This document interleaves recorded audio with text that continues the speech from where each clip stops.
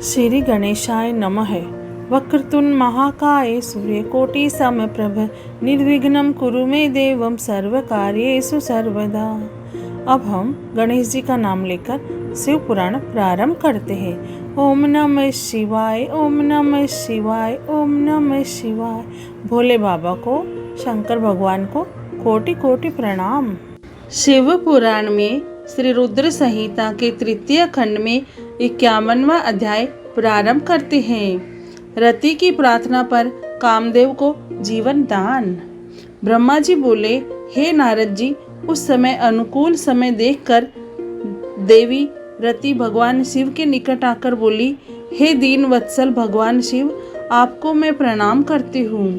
देवी पार्वती का पाणी ग्रहण करके आपने निश्चय ही लोकहित का कार्य किया है। देवी पार्वती को प्राणवल्लभा बनाने से आपके सौभाग्य में निश्चय ही वृद्धि हुई है।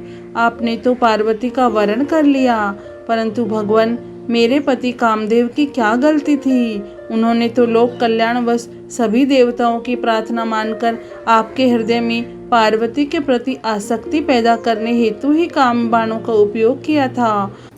उनका यह कार्य तो इस संसार को तारकासुर नामक भयानक और दुष्ट असुर से मुक्ति दिलाने के लिए प्रेरित करना था। वे तो स्वार्थ से दूर थे, फिर क्यों आपने उन्हें अपनी क्रोधाग्नि से भस्म कर दिया? हे देवादिदेव महादेव, हे करुणा निधान भक्त वत्सल, अपने मन में काम को जगाकर मेरे पति कामदेव को पुनर्जीवित कर मेरे वियोग के कष्ट को दूर करे। आप तो सबकी पीड़ा जानते हैं, मेरी पीड़ा को समझकर मेरे दुख को दूर करने में मेरी मदद कीजिए। भगवान, आज जब सबके हृदय में प्रसन्नता है तो मेरा मन क्यों दुखी हो? मैं अपने पति के बिना कब तक ऐसे ही रहूं? भगवान, आप तो दीनों के दुख दूर करने वाले हैं। अब आप अपनी कही बात को सच कर दीजिए। भगवान, इस त्रिलोक में आप ही मेरे इष्ट कष्ट को और दुख को दूर कर सकते हैं। प्रभु, मुझ पर दया कीजिए और मुझे भी सुखी करके आनंद प्रदान कीजिए। भगवान, अपने शुभ विवाह के शुभ अवसर पर मुझे भी मेरे पति से हमेशा के लिए मिलाकर मेरी विरह वेदना को कम कर दीजिए। महादेव जी, मेरे पति कामदेव को जीवित कर मुझ दीन दासी को कृतार्थ कीजिए। ऐसा कहकर देवी रति ने अपने दुपट्टे की गांठ में बंधी अपने पति कामदेव के शरीर की भस्म को भगवान शिव के सामने रख दिया और जोर जोर से रोते हुए भगवान शिव शंकर से कामदेव को जीवित करने की प्रार्थना करने लगी। देवी रति को इस प्रकार रोते हुए देखकर वहां उपस्थित सरस्वती आदि देवियां भी रोने लगी और सब भगवान शिव से कामदेव को जीवन दान देने की प्रार्थना करने लगी।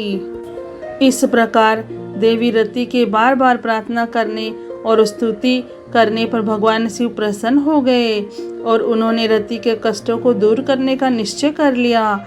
शूलपाणी भगवान शिव की अमृतमयी दिव्य दृष्टि पड़ते ही उस भस्म में से सुंदर पहले जैसा वेश और रूप धारण किए कामदेव प्रकट हो गए। अपने प्रिय पति कामदेव को पहले की भांति सुंदर और स्वस्थ पाकर देवी रति की प्रसन्नता की कोई सीमा न रही।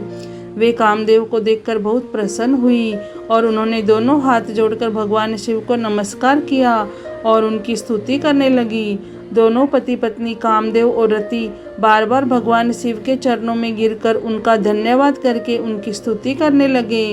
उनकी इस प्रकार की गई स्तुति से प्रसन्न होकर भगवान शिव बोले, हे काम और रति, तुम्हारी इस स्तुति से मुझे बहुत प्रसन्नता हुई है। मैं बहुत प्रसन्न हूँ। तुम जो चाहो मनोवांछित वस्तु मांग सकते हो। भगवान शिव के ये वचन सुनकर कामदेव को बहुत प्रसन्नता हुई। उन्होंने दोनों हाथ जोड़कर और सिर झुकाकर कहा कि हे भगवान, यदि आप मुझ पर प्रसन्न हैं तो पूर्व में मेरे द्वारा किए गए अपराध को क्षमा कर दीजिए और मुझे वरदान दीजिए कि आपके भक्तों से मेरा प्रेम हो और आपके चरणों में मेरी भक्ति हो।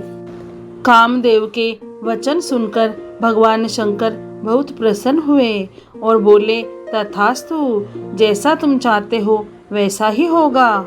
मैं तुम पर प्रसन्न हूँ। तुम अपने मन से भय निकाल दो।